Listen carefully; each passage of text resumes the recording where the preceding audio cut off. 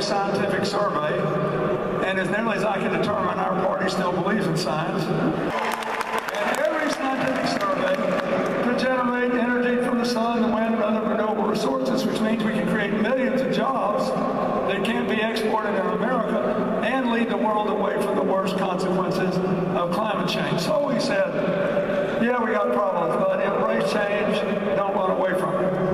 The reason that there's so much anxiety, intensity, anger, blame in this election is that 80% of the American people have not gotten a pay raise since the crash 8 years ago. That's a good point. After inflation.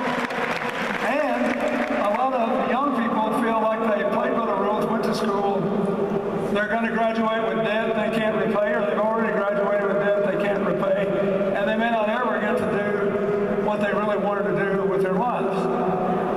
So how do you close the gap? That's what this election's about. That's what everybody has to decide. And there are clear choices about that. But it begins with this. As I said, I think the president's done a better job than he often gets credit for. And I'd like to explain why. We have 400 years of good economic history. Not one time, not once in 400 years. Has any nation on earth had the kind of financial crash we had and gotten over it in less than a decade? It just hasn't ever happened. Now, we got our jobs back in 7.5 years.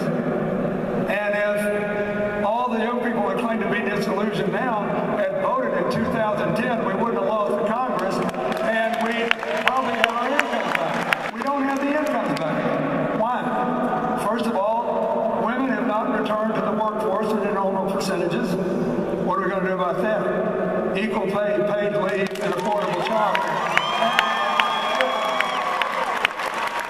And it will help everybody. But the basic bottom line you've got to decide is, do you believe what Hillary believes? And what I believe from serving 8 years as president, 12 years as a governor, and spent the last 15 years working all over the world and in America, trying to help poor people live their dreams and begin again and really have bright horizons. I believe we are just this close to growing together again for the first time since the 1990s if we do the right things, if we have the right leadership, if we really look to the future with hope. Now, so I think Hillary should be president for 3 reasons. One is, I believe she has the best proposals for dealing with our big challenges and seizing our big opportunities. 2, I think she's the only person left in either party with any credible experience and knowledge to go in there right away and defense and foreign policy. That's important. Because the one thing that can threaten our recovery is all these haywire things going on around the world. And we need to figure out how to maximize the positives and minimize the negatives of a troubled world so that America can rise together. And the final reason, and the most important to me, is that from the time I met her 45 years ago to today, she has consistently been the best change maker I have ever known. And when you get to be president, all the blaming stops, all the talking stops, you have to stand and deliver and make change. In the last 20 years, 2/3 of all new jobs have been created by small businesses. You know, I think the mayor probably thinks he runs the best bookstore in America. It's an independently owned business.